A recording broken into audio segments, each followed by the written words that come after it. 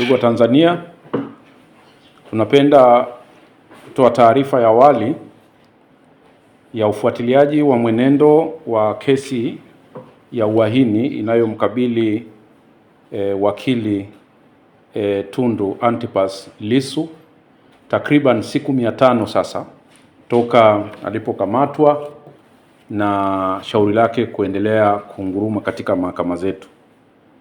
Mtandao wa Watetezi wa Haki za Binadamu ni mtandao ambao miaka yote hii ya uwepo wetu tumekuwa tukisimamia na kufuatilia masuala kadhaa yanayohusu haki za kijamii, masuala ya usalama wa watetezi wa haki za binadamu, uhuru wa kiraia, lakini masuala ya utawala bora na rule of law au utawala wa kisheria katika taifa letu.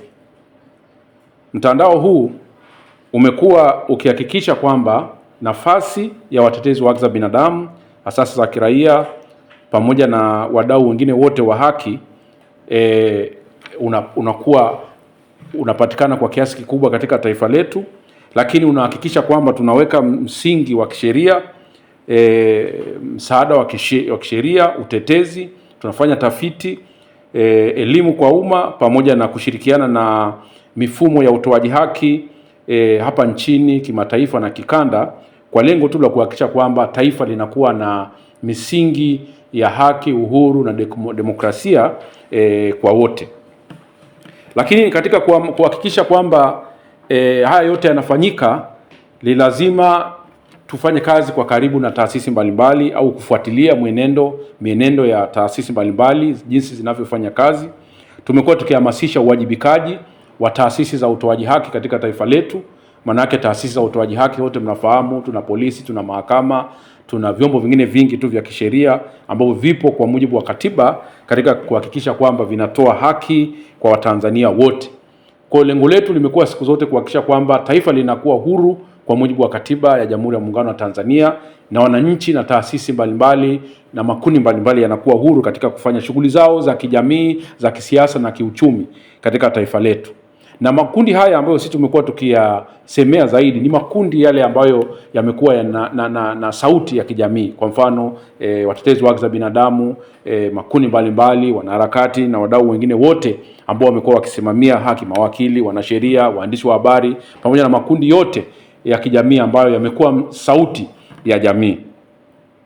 Kama sehemu ya kuhakikisha kwamba haya yote yanatendeka na mifumo hii ya utoaji haki inafanya kazi kwa usawa na kwa uhuru zaidi, tumekuwa tukifuatilia mashauri mbalimbali ya haki yanayoendelea katika mahakama yetu, hasa mashauri ambayo ni makosa ya kijinai yanayowakumba makundi mbalimbali yakiwemo waandishi wa habari, watetezi wa haki za binadamu na wadau wengine. Kwa hiyo ufuatiliaji wetu huu lengo lake ni kuhakikisha kwamba michakato ya utoaji haki inafanywa kwa mujibu wa sheria, katiba na misingi mingine ya haki ya haki za binadamu. Sasa swala la ufuatiliaji wa mwenendo wa kesi au trial observation, mwenendo wa kesi ya uhaini inayomkabili wakili Tundu Lissu Antipas kwa takriban siku 500 sasa toka atiwe kamatwe na kufunguliwa mashtaka haya, umekuwa ukivutia hisia kubwa za kitaifa. Ni shauri ambalo lina msisimko mkubwa katika taifa letu, una maslahi makubwa ya masuala ya amani na utulivu katika taifa letu, lakini katika masuala ya kisheria, kisiasa, kiuchumi na haki za binadamu. Ni shauri ambalo taasisi zote zinazosimamia masuala ya haki haliwezi kulifumbia macho na kuliacha kulifuatilia, kwa sababu lina maslahi makubwa sana na mustakabali wa amani na utulivu katika taifa letu.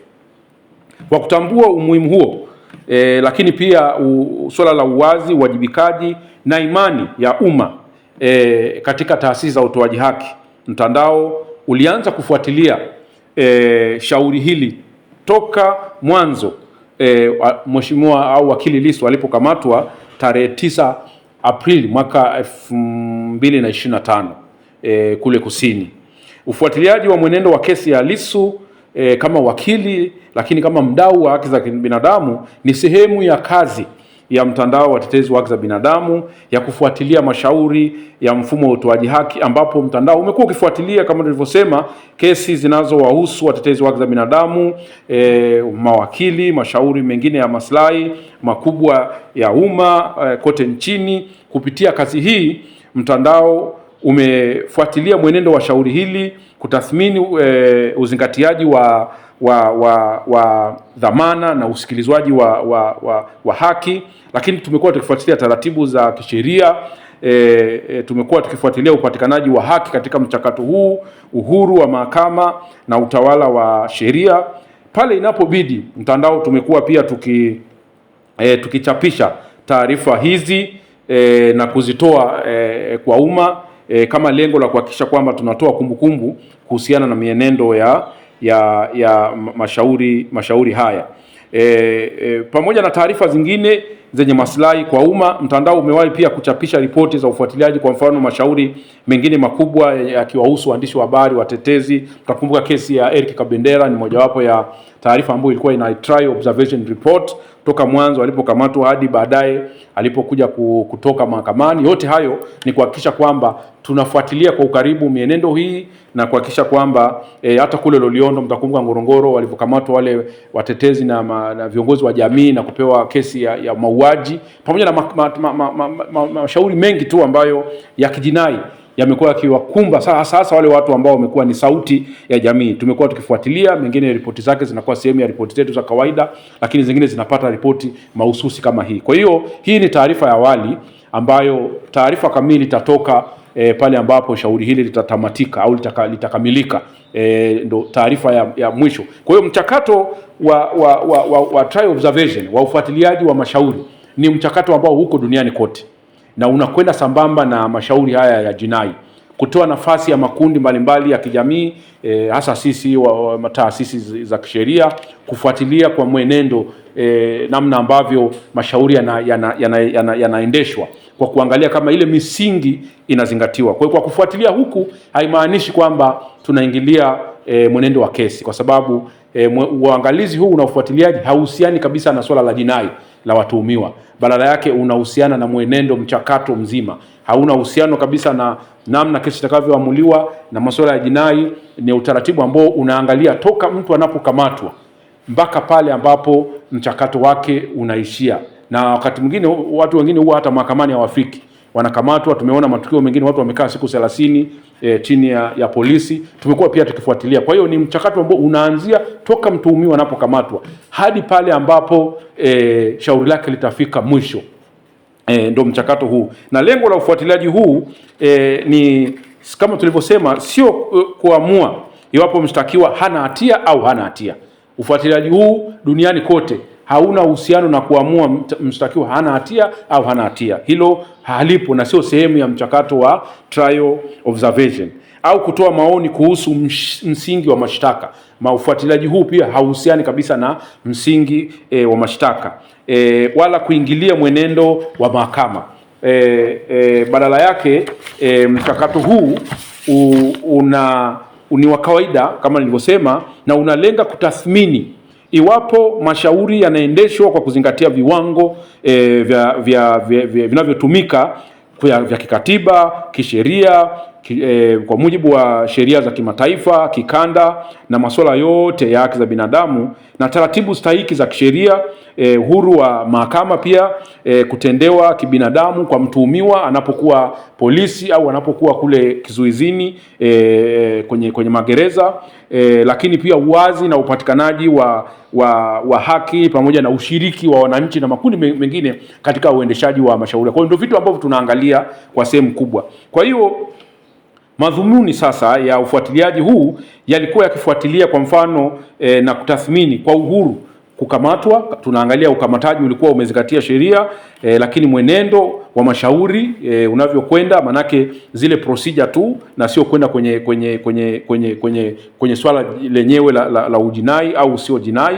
Lakini tumekuangalia zaidi viwango kama vimezingatia viwango vya kimataifa, lakini pia kuangalia kuhusu kama mtuhumiwa alikuwa anasikilizwa. Tumeangalia, mmeona kabisa kwamba wakati mwingine mtuhumiwa alikuwa anasikilizwa akiwa na malalamiko yake, mahakama inasimamisha shauri lenyewe na kumsikiliza. Tumeangalia kuna mambo baadhi ambayo tumeona kwa kweli yalikuwa yanakwenda kwa ile misingi. Tumeangalia pia uhuru wa mahakama, uwazi katika utoaji haki, lakini kutendewa kibinadamu kwa mtuhumiwa mwenyewe anapokuwa magereza. Magereza ni sehemu ambayo pia mtuhumiwa tunamfuatilia kwa toka siku ya kwanza anaingia. Je, wanamtendea vipi akiwa magereza? Mtuhumiwa, kumbuka, sio mtu ambaye ameshapatwa na hatia, ni mtu ambaye anatuhumiwa na sio mhalifu. Na ndio maana sisi hatupaswi kuona mtu anaitwa mhalifu, kwa sababu ni mtuhumiwa, na anapokuwa kule anapaswa kutendewa kama mtu ambaye hajafanya uhalifu wote, mpaka pale mahakama itakapoamua sasa kwamba amekuwa ni mhalifu na uhalifu wake utatibiwa au utaweza kupata utaratibu wa kisheria kwa mujibu wa mahakama na sheria za nchi. Kwa ufuatiliaji huo ulikusudia kukuza uhazi, uwajibikaji na imani kwa umma kwa taasisi za utoaji haki, huku kitoa tathmini kuhusiana na zoezi zima. Kupitia zoezi hili, mtandao ulilenga kuhakikisha kuangalia maeneo mazuri ya mchakato huu wa kesi hii, lakini changamoto pamoja na kutoa mapendekezo ambayo yanaweza kuboresha uwajibikaji wa taasisi zetu, kuboresha mfumo wa haki jinai pamoja na sheria zetu za nchi, na kushauri nchi nini kifanyike tunapokuwa na matukio au mashauri ya namna hii. Kwa ufuatiliaji wetu wa kesi hii ulihusisha kipindi cha toka nakamatwa tarehe 9 Aprili hadi tunafikia jana, maanake ni siku takriban 500 toka wakili Tundu Lissu alivyokamatwa na kupelekwa mahakamani na shauri lake kuanza kufanyiwa kuendeshwa kwa mujibu wa sheria za nchi na mahakama zetu. Kwa hiyo pia tulikwenda mahabusu, ushiriki wa umma, kuangalia vyombo vya habari wanashiriki vipi katika kesi hii. Tuliangalia pia viwango vinavyozingatiwa vya kimataifa pamoja na mambo mengine. Mbinu ambazo tumetumia katika ufuatiliaji wa shauri hili, taarifa hii awali inategemea kwa kiasi kikubwa taarifa zilizopatikana kupitia ufuatiliaji wa moja kwa moja wa mashauri haya au shauri hili mahakamani uliofanywa na wafuatiliaji na waangalizi wa kisheria toka mtandao wetu wa watetezi wa haki za binadamu. Matokeo yake pia yametokana na mapitio ya kumbukumbu za mahakama. Mahakama ilikuwa imetoa toka inaanza kesi, tumeona maamuzi kadhaa ambayo yamekuwa yakitolewa, nyaraka mbalimbali za maombi ya hati za viapo pamoja na sheria mbalimbali za nchi. Lakini pia timu yetu hii imekuwa ikienda mara kwa mara katika vizuizi, kwa mfano prison visit kule magereza, kufanya mawasiliano na mawakili wanaosimamia kesi, kufanya mazungumzo na mtuhumiwa mwenyewe Tundu Lissu. Kwa hiyo timu yetu THRDC iliunda timu ya mawakili pamoja na waandishi wa habari walikuwa wanafuatilia, ikiongozwa na wakili Kisabo, ambao wamefuatilia kesi toka siku ya kwanza mpaka siku ya jana, na wamekuwa pia wakienda kuzungumza na mtuhumiwa na kuweza kujua changamoto ambazo wanakumbana nazo wanapokuwa kule vizuizini. Kwenye taarifa itawekwa bayana. Kwa hiyo pamoja na mambo mengine, mbinu hizi ndio huwa zinatumika katika kufanya trial observation, toka mtu anapokamatwa, toka anapokuwa polisi, anapopelekwa mahakamani na anapopelekwa kule magereza wakati shauri linaendelea. Kwa hiyo inakuwa ni kufanya observation, kuobserve, kufuatilia na kuweka kumbukumbu ya matukio yote ambayo, lakini katika kufanya hivi tumekuwa tukizingatia sheria za kimataifa, sheria za kikanda, katiba ya Jamhuri ya Muungano wa Tanzania pamoja na misingi mingine yote ambayo ipo ya uendeshaji wa mashauri ya makosa ya jinai, hasa makosa haya makubwa ambayo ni makosa makubwa katika taifa letu. Tumekuwa pia tukiangalia historia ya mfumo wa uendeshaji wa makosa kama haya, makosa ya uhaini, makosa makubwa katika taifa letu toka tumepata uhuru, na kuangalia kufanya ulinganisho namna gani kama taifa tunaweza tukaenenda katika kusimamia haki inapotokea Watanzania wanashutumiwa au wanatuhumiwa kuhusika na makosa makubwa.